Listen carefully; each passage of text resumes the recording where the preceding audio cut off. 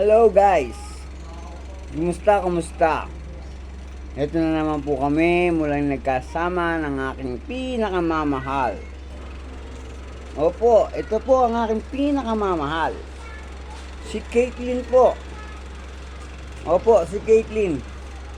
Ang aking pinakamamahal. Nilayo po siya sa amin. Pinaglayo po kami. Pero muli kami nagkatagpo ngayon. Ito, muling nagkapalagayan na naman ng aming kalooban. Ayan po. Nakita niyo yung mga reaksyon niya. Under-isip po yan. Opo. Dahil kami nagkakaintindihan nito. Si Caitlyn po ito. Huwag ko na masyadong pandikdikan yung kanyang pagka-texon.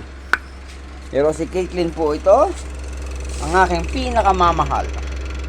Ang aking pinakamamahal. Opo, inaamin ko po. Ito po ang aking pinakamamahal. Ang aking pinakamamahal na mahal ko po. Si Caitlyn po. Opo. Ito ang aking boss. Wala siyang pera. Ha? Hindi niya pa alam ang pera. Kaya siya ang aking boss. Ha?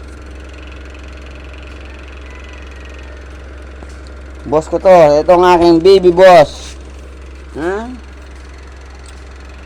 Kami ay mag-boss. Mag-boss kami na walang pera. Ha?